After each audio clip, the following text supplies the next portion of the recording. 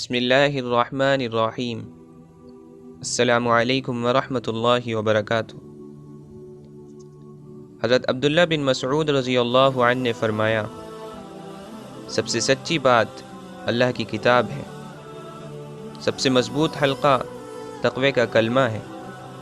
اور سب سے بہترین ملت حضرت ابراہیم علیہ السلام کی ملت ہے، اور سب سے عمدہ طریقہ حضرت محمد صلی اللہ علیہ وسلم کا طریقہ ہے، اور سب سے بہترین سیرت انبیاء والی سیرت ہے، اور سب سے اعلیٰ بات اللہ کا ذکر ہے، اور بہترین قصے قرآن میں ہیں، اور بہترین کام وہ ہیں جن کا انجام بہترین ہو، اور سب سے برے کام وہ ہیں جو نئے گڑھے جائیں، اور جو مال کم ہو لیکن انسان کی ضروریات کے لیے کافی ہو، وہ اس مال سے بہتر ہے جو زیادہ ہو اور انسان کو اللہ سے اور آخرت سے غافل کر دے۔ تم کسی جان کو برے کاموں سے اور ظلم سے بچا لو، یہ تمہارے لیے اس امارت سے بہتر ہے جس میں عدل و انصاف سے کام نہ لے سکو، اور موت کے وقت کی ملامت سب سے بری ملامت ہے، اور قیامت کے دن کی شرمندگی سب سے بری شرمندگی ہے، اور ہدایت ملنے کے بعد گمراہ ہو جانا سب سے بڑی گمراہی ہے،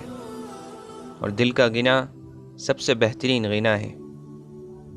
اور سب سے بہترین توشہ تقوی ہے، اور اللہ تعالیٰ دل میں جتنی باتیں ڈالتے ہیں ان میں سب سے بہترین بات یقین ہے، اور شک کرنا کفر میں شامل ہے، اور دل کا اندھا پن سب سے برا اندھا پن ہے، اور شراب تمام گناہوں کا مجموعہ ہے، اور جوانی پاگل پن کی ایک قسم ہے، اور بعض لوگ جمعے میں سب سے آخر میں آتے ہیں اور صرف زبان سے اللہ کا ذکر کرتے ہیں،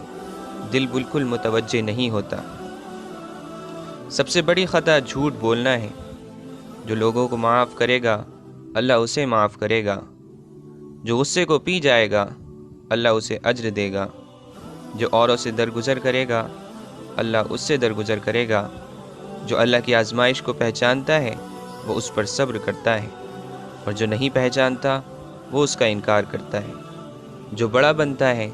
اللہ اسے نیچا کر دیتا ہے، جو دنیا سے دوستی کرتا ہے دنیا اس کے قابو میں نہیں آتی۔